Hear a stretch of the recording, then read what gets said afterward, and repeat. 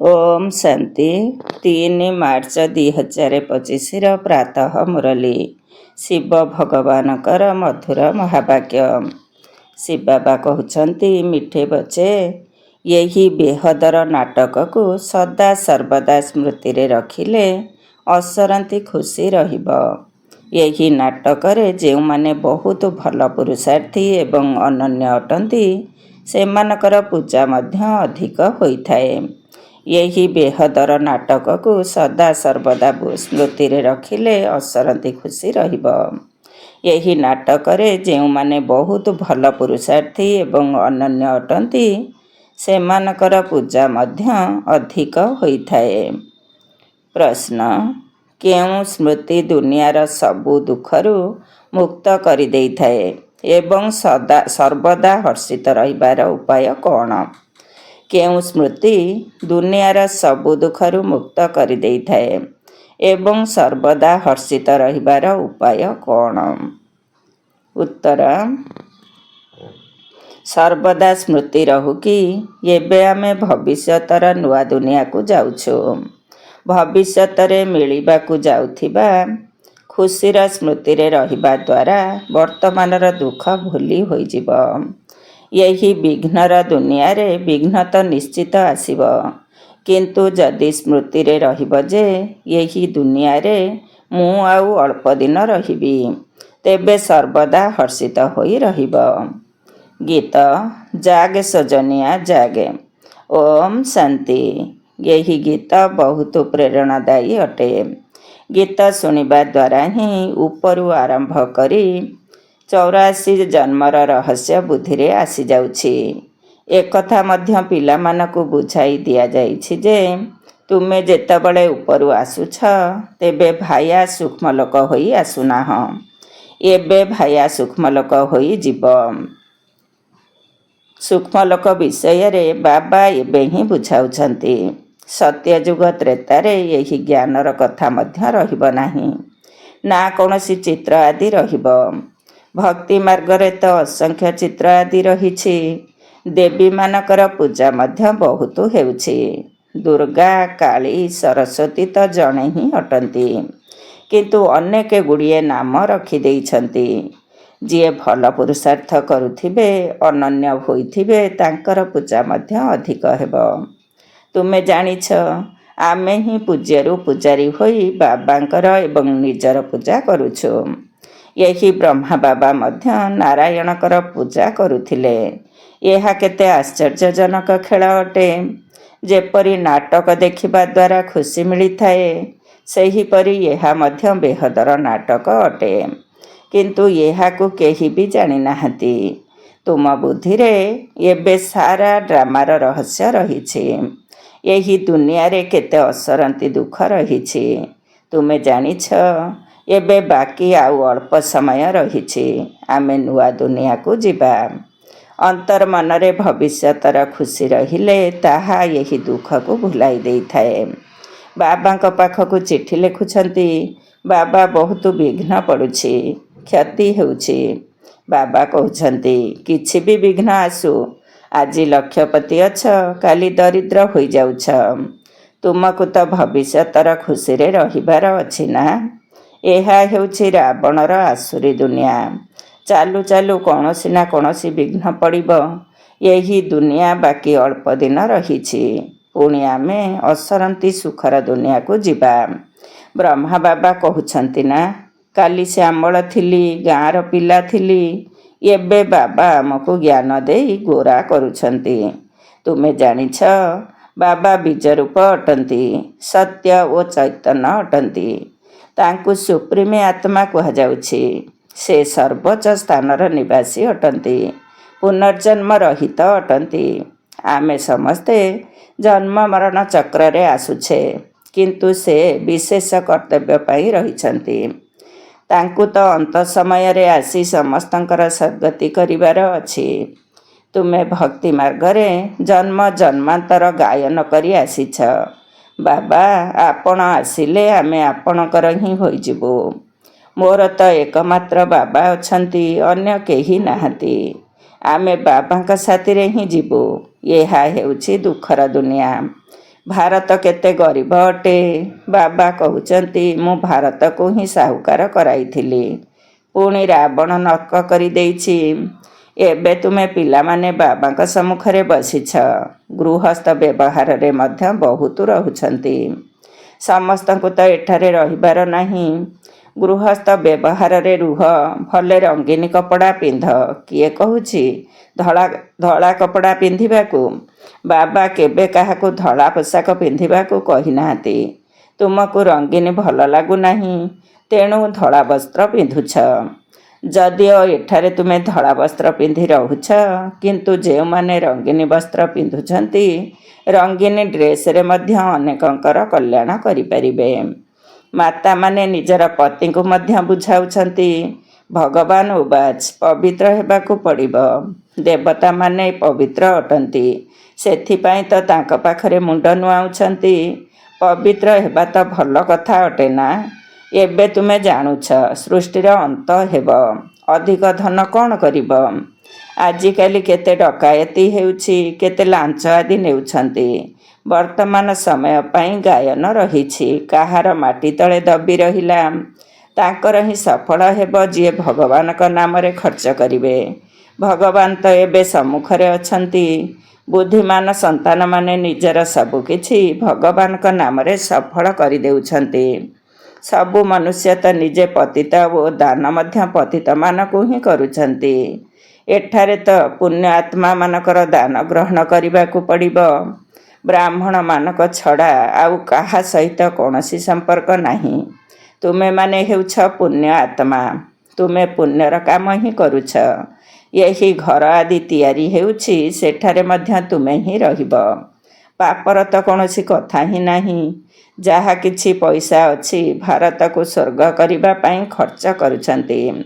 ନିଜ ପେଟରୁ କାଟି ଦେଉଛନ୍ତି ଓ କହୁଛନ୍ତି, ବାବା ଆମର ଗୋଟିଏ ଇଟା ମଧ୍ୟ ଏଥିରେ ଲଗାଇ ଦିଅ, ତେବେ ସେଠାରେ ଆମକୁ ମହଲ ମିଳିଯିବ। ପିଲାମାନେ କେତେ ବୁଦ୍ଧିମାନ ଅଟନ୍ତି। ପଥର ବଦଳରେ ସୁନା ମିଳୁଛି। ବାକି ଅଳ୍ପ ସମୟ ହିଁ ଅଛି। ତୁମେ କେତେ ସେବା କରୁଛ। ପ୍ରଦର୍ଶନୀ ମେଳା ଇତ୍ୟାଦି ବଢ଼ି ଚାଲିଛି।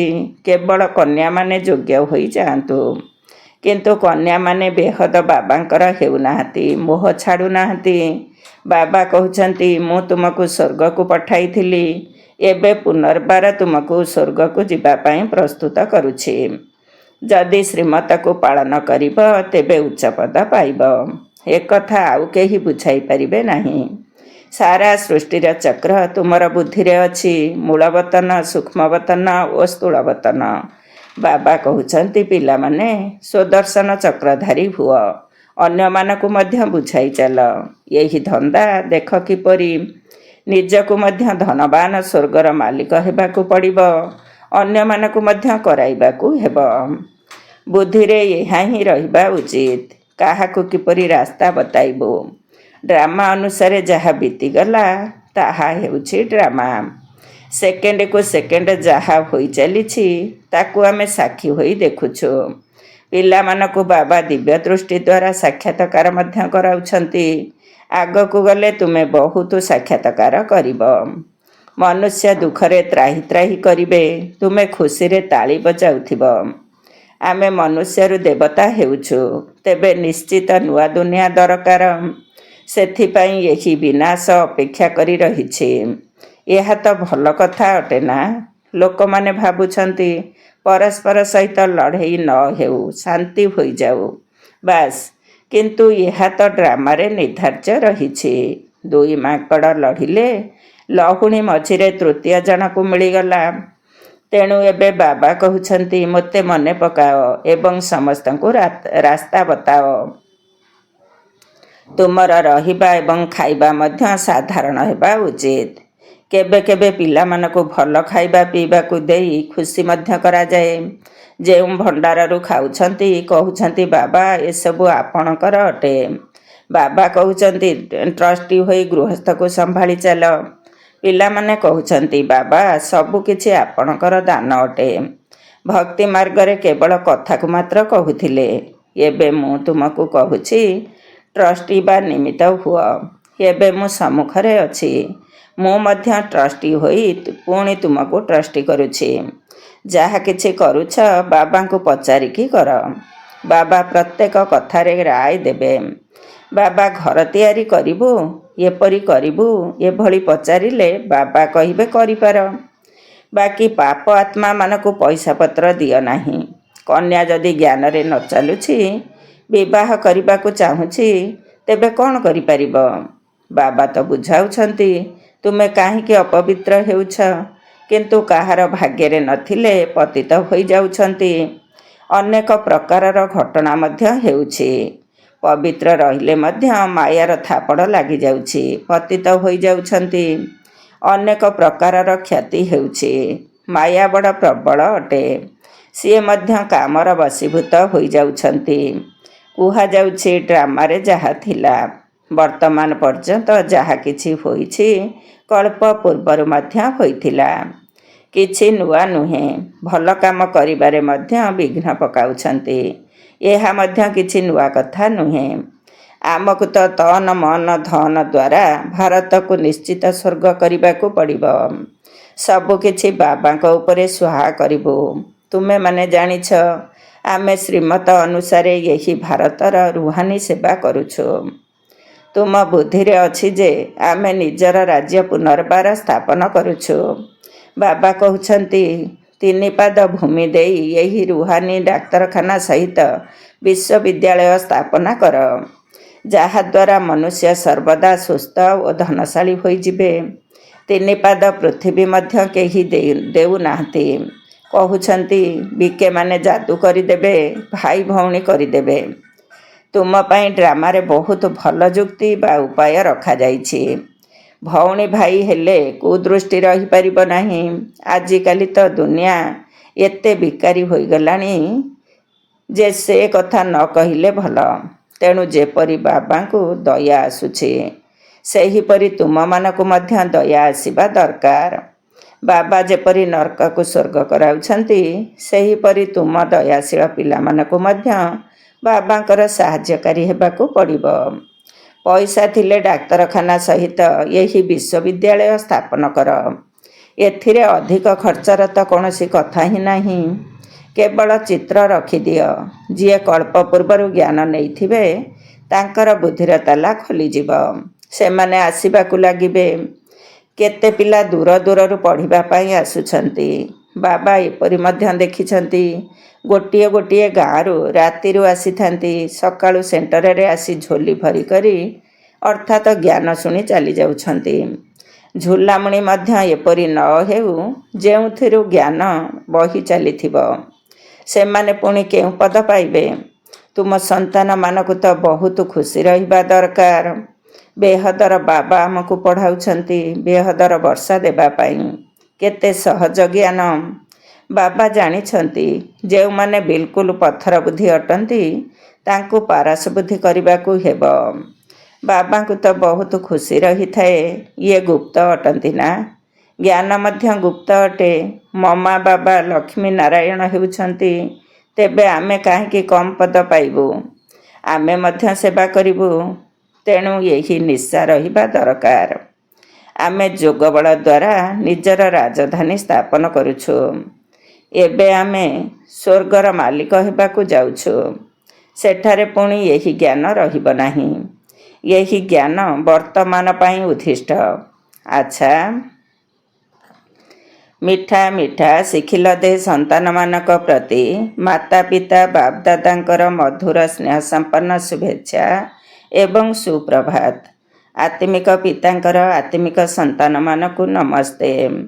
ଆମ ଆତ୍ମିକ ସନ୍ତାନମାନଙ୍କର ଆତ୍ମିକ ମାତା ପିତା ବାପଦାଦାଙ୍କୁ ନମସ୍ତେ ନମସ୍ତେ ଏବଂ ସୁପ୍ରଭାତ। ଧାରଣା ପାଇଁ ମୁଖ୍ୟ ସାର।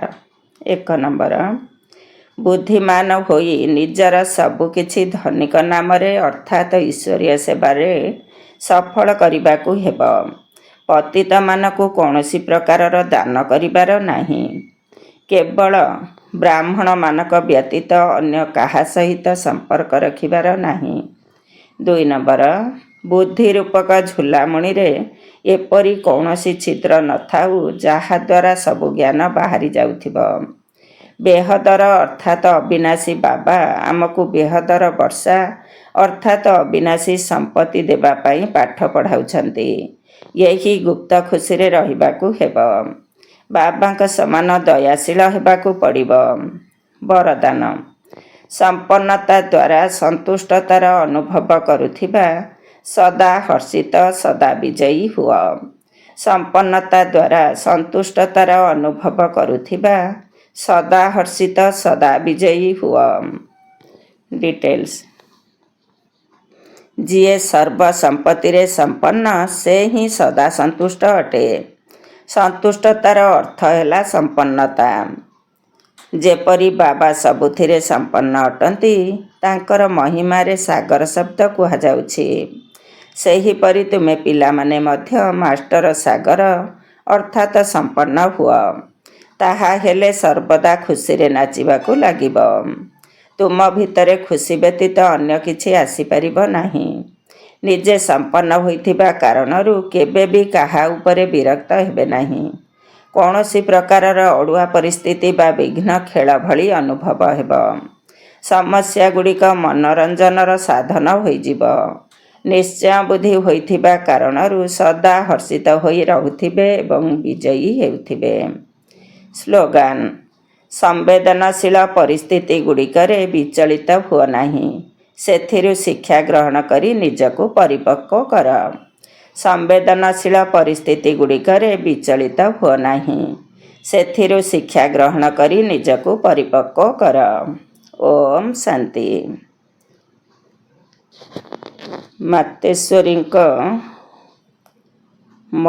ମାତେଶ୍ୱରୀଙ୍କର ଅନମୋଲ ମହାବାକ୍ୟ। 1 ନମ୍ବର। ପରମାତ୍ମା ଗୁରୁ ଶିକ୍ଷକ ଏବଂ ପିତାଙ୍କ ରୂପରେ ଭିନ୍ନ ଭିନ୍ନ ସମ୍ବନ୍ଧର ସମ୍ପତ୍ତି ପ୍ରାପ୍ତ କରାଇଥାନ୍ତି। ଦେଖ, ପରମାତ୍ମା 3 ରୂପ ଧାରଣ କରି ସମ୍ପତ୍ତି ପ୍ରାପ୍ତ କରାଉଛନ୍ତି। ସିଏ ଆମର ପିତା, ଶିକ୍ଷକ ଏବଂ ସଦ୍ଗୁରୁ ମଧ୍ୟ ଅଟନ୍ତି। ତେବେ ପିତାଙ୍କ ସହିତ ପିତାଙ୍କର ସମ୍ବନ୍ଧ, ଶିକ୍ଷକଙ୍କ ସହିତ ଶିକ୍ଷକଙ୍କର ସମ୍ବନ୍ଧ ଏବଂ ଗୁରୁଙ୍କ ସହିତ ଗୁରୁପଣିଆର ସମ୍ବନ୍ଧ ରହିଛି। ଯଦି ବାବାଙ୍କୁ ଛାଡ଼ପତ୍ର ଦେଇଦେବ ତେବେ ସମ୍ପତ୍ତି କିପରି ମିଳିବ? ଯେତେବେଳେ ପାସ୍ ହୋଇ ଶିକ୍ଷକଙ୍କ ଠାରୁ ସାର୍ଟିଫିକେଟ୍ ନେବ ତେବେ ଶିକ୍ଷକଙ୍କର ସଙ୍ଗ ମିଳିବ। ଯଦି ବାବାଙ୍କର ଆଜ୍ଞାକାରୀ ବିଶ୍ୱସ୍ତ ହୋଇ ତାଙ୍କର ଶ୍ରୀମତ ଅନୁସାରେ ନ ଚାଲିବ ତେବେ ଭବିଷ୍ୟତ ପ୍ରାରବ୍ଧ ଜମା ହୋଇପାରିବ ନାହିଁ।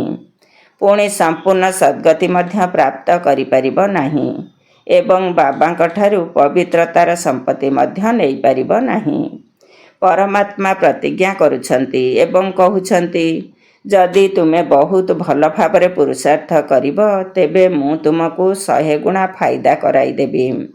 କେବଳ ନାମକୁ ମାତ୍ର ନୁହେଁ, କିନ୍ତୁ ତାଙ୍କ ସହିତ ଗଭୀର ସମ୍ବନ୍ଧରେ ମଧ୍ୟ ରହିବା ଆବଶ୍ୟକ।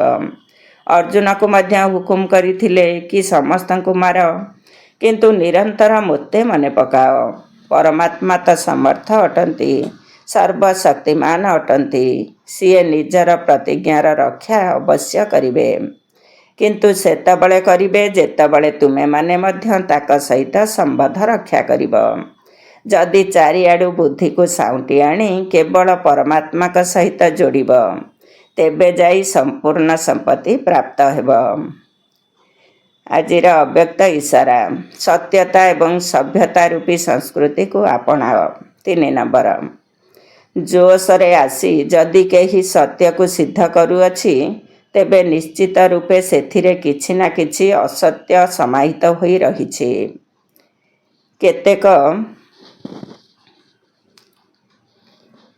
କେତେକ ସନ୍ତାନମାନଙ୍କର ଏପରି ଭାଷା ହୋଇଗଲାଣି, ମୁଁ ସମ୍ପୂର୍ଣ୍ଣ ସତ୍ୟ କହୁଛି, ଶତକଡ଼ା 100 ସତ କହୁଛି, କିନ୍ତୁ ସତ୍ୟକୁ ସିଦ୍ଧ କରିବାର ଆବଶ୍ୟକତା ହିଁ ନାହିଁ।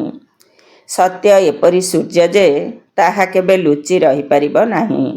ଭଲେ କେତେ ବି ବାଧାବିଘ୍ନ ଆସୁ, କିନ୍ତୁ ସତ୍ୟତାର ପ୍ରକାଶ କେବେ ଲୁଚିପାରିବ ନାହିଁ। ସଭ୍ୟତାପୂର୍ବକ ବାକ୍ୟ, ସଭ୍ୟତାପୂର୍ବକ ଚଳନୀ, ଏହିଥିରେ ହିଁ ସଫଳତା ହୋଇଥାଏ। ଓମ୍ ଶାନ୍ତି।